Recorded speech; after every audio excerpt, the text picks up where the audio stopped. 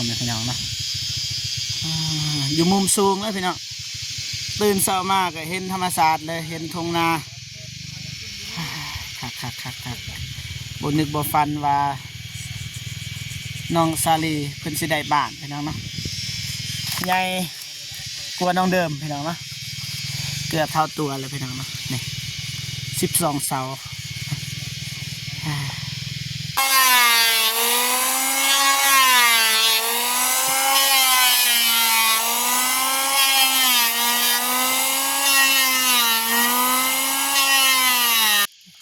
อันนี้ว่าแม่นไข่ของเบาจิบไข่ของแม่พิมพ์เพิ่นให้ไปเอาอยู่หานไอ้อนงแต่ว่าเงินกับเพิ่นคือเพิ่นสิโอนให้เบาอนงนั่นแหละเบาจิบก็เลยเอามาให้นั่นแหละแม่เพิ่นบอกนะมีแต่ว่าให้อ้ายขอบอกขอบใจแล้วขอบบุญขอบคุณอวยพรแม่เพิ่นโดยขอบมกขอบใจเด้อทางแม่พิมพ์เด้อที่ว่าใจดีส่งอนาซื้อไข่มาให้1 แปะยังกะสร้างก็ดีใจแล้วเพราะว่ามันประหยัดงบสร้างไปหลายเติบเนาะมียังกะขอบมกขอบใจแหละทางผู้ใหญ่เพิ่นใจดีเนาะที่ช่วยเหลือแบบว่ามีน้ำใจสู่อันไข่ให้สร้างกินยังกะความเจ็บจะได้ความไข่ยามีเด้อให้เขาเด้อเอาอยู่ดีมีแห้งให้ร่ำให้รวยโอ้ยเด้ออันขอบใจบุญเราที่ช่วยเฮ็ดให้ได้บ้านได้เงินก็ขอขอบใจหลายๆขอสุขภาพแข็งแรงคนเจ็บอย่าได้คนไข้อย่าสูมีขอให้ร่ำให้รวยมีโชคให้มานปรารถนาสิ่งใดขอให้ได้สิ่งนั้นสมปรารถนาเรือว่าไปใส่มาใส่ก็ขอให้มีแต่คนฮักคนหอมนอนให้ได้เงินหมื่นตื่นให้ได้เงินแสนสมการปรารถนาเรือว่าเฮ็ดธุรกิจนั้นก็ขอให้ราบรื่นทุกสาทุกปีเด้อพ่อเด้อแม่เด้อสาธุ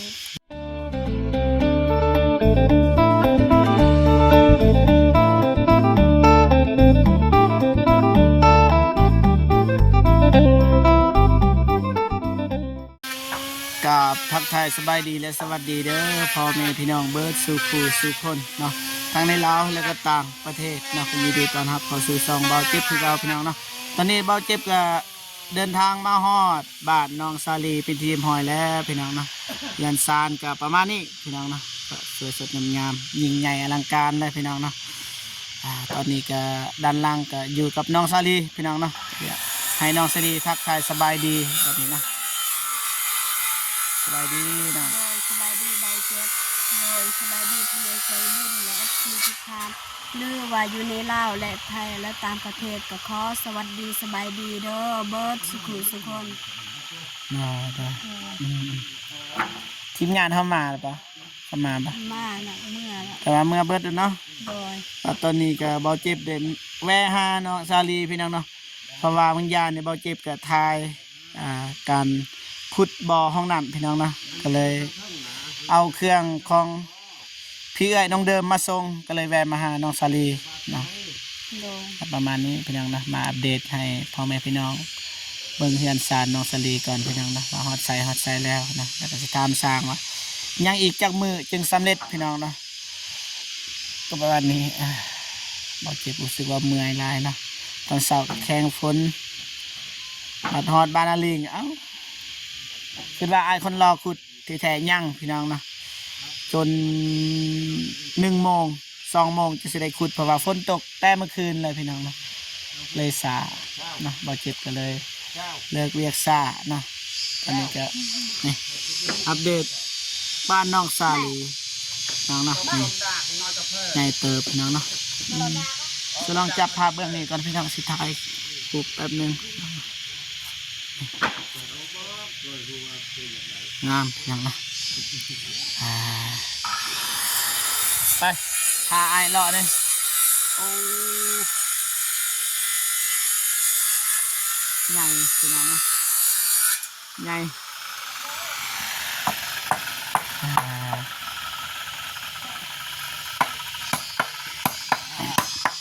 สบายดีเด้อไอ้สบายดี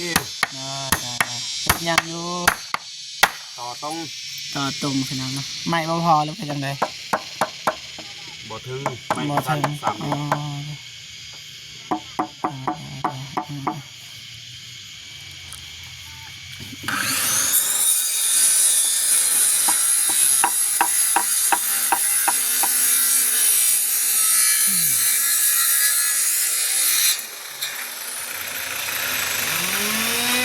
เติบพี่น้องเนาะ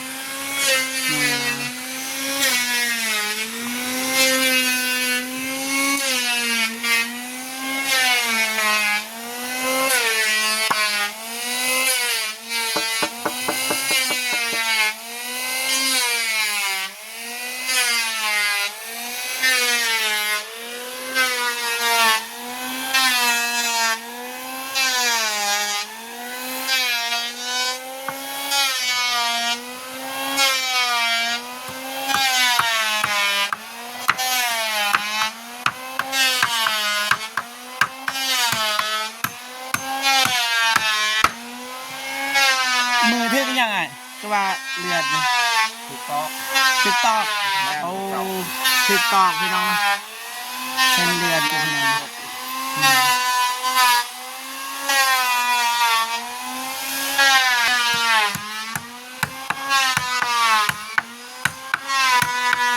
ต่อต้มพี่น้องเนาะมาตอนนี้พี่น้องนะ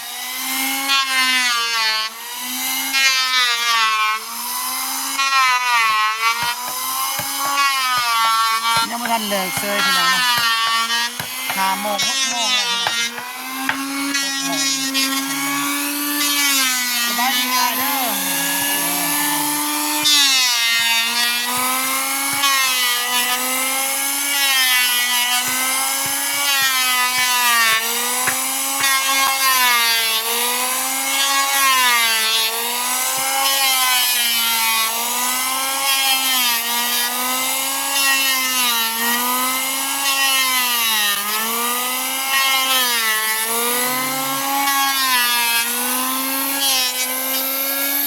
โอ้ยพี่น้องเสียงดังไล่พี่น้องบ่ค่อยได้ยินปาดทบพี่น้อง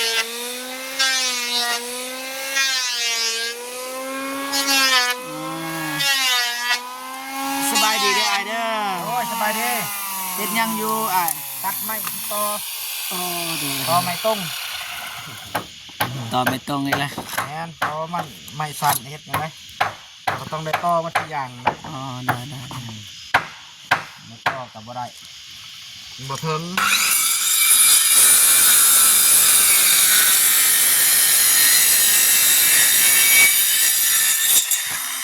เรียบร้อย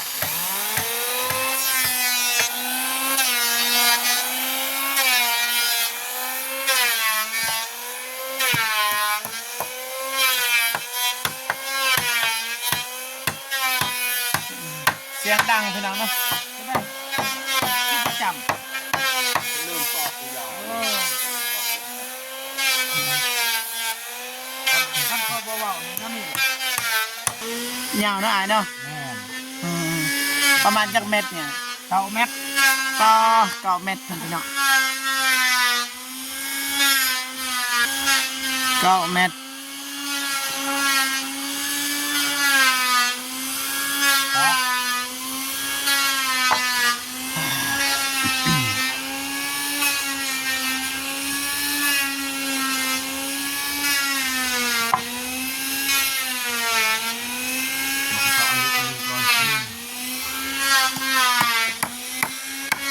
สิเลิกเรียกจักโมงอ่ะ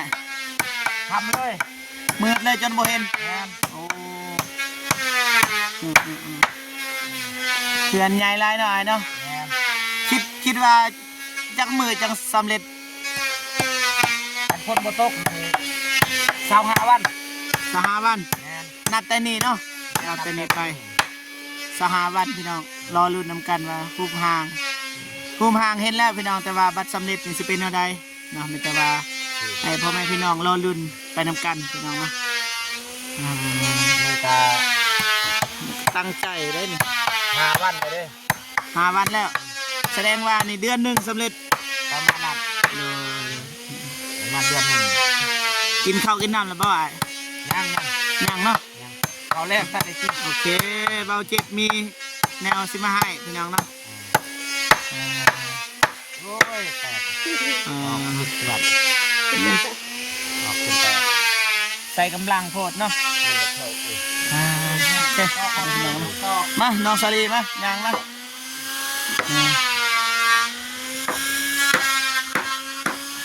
อ๋อ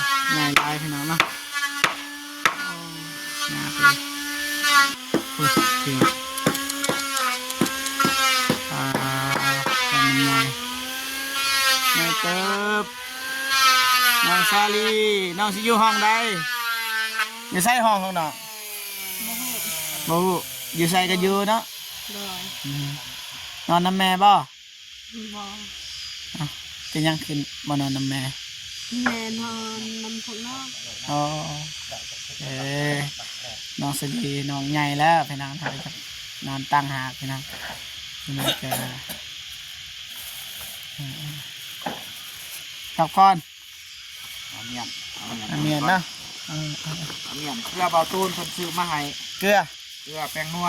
เฮ้ย มะพริก นี่ แม่ โอ้พอดีเลย จ้ะ เข้ากันกับของโบเจ็บ โอเค แต่ว่าประธานบอกว่าเป็นหยัง เนาะ ของกินนั่นแหละแต่ว่า ยังก็ขอบใจละลายแหละเบาเจ็บเบาตูน ได้ เบานง อืม เป็นห่วง แม่นแม่ มันบ่สร้างก็ซื้อเองกันงบนี่อยู่แต่มันน้อย แม่น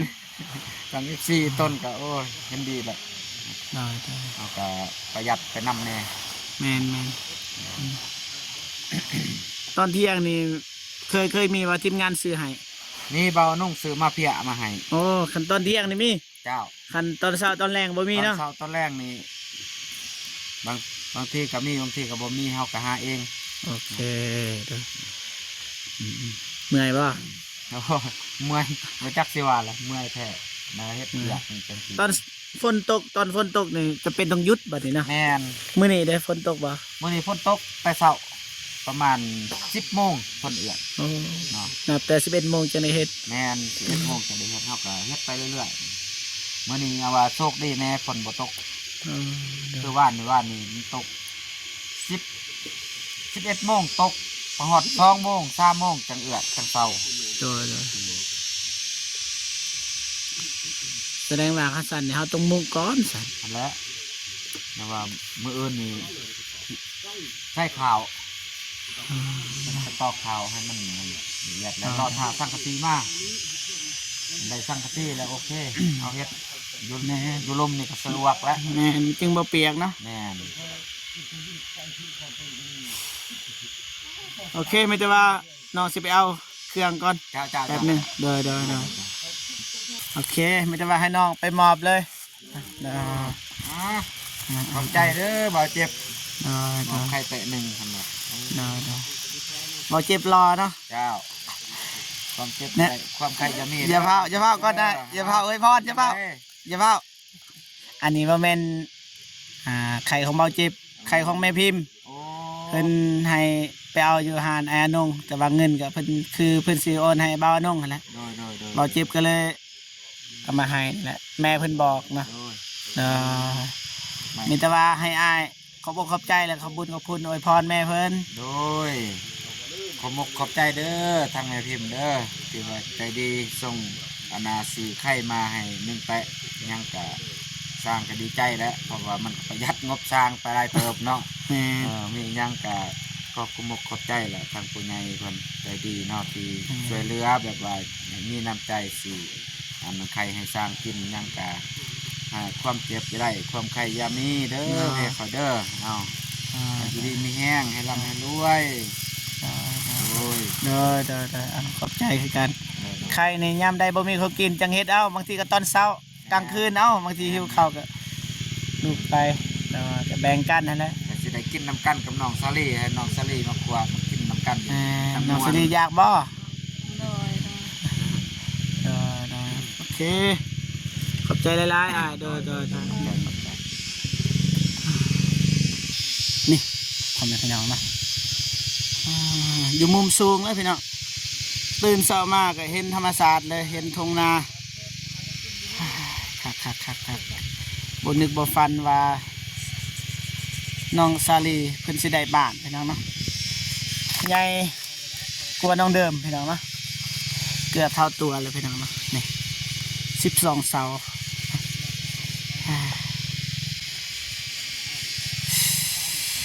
โอเคประมาณนี้พี่น้องเนาะจังใดก็ขอบคุณนะผู้ใหญ่ใจดีสีทุกท่านที่เมตตาสงสารน้องซาลีนะ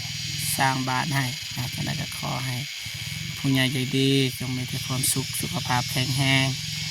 ประสบผลสำเร็จในหน้าที่การงานไปที่ใดก็ขอให้ ปลอดภัยพบเจอแต่ความสุขเนาะอันตรายภัยเป็นตัวเจ้าเนาะคอยเงินคำเข่าอะไรมาโฮมคือนำแกงให้นังนับแต่แบ่งแรงเสานับไหวสุขุสุคนเด้อนะสาธุสวยเลยพี่น้องป้างามใหญ่อลังการเลยพี่น้องเนาะมาโอเค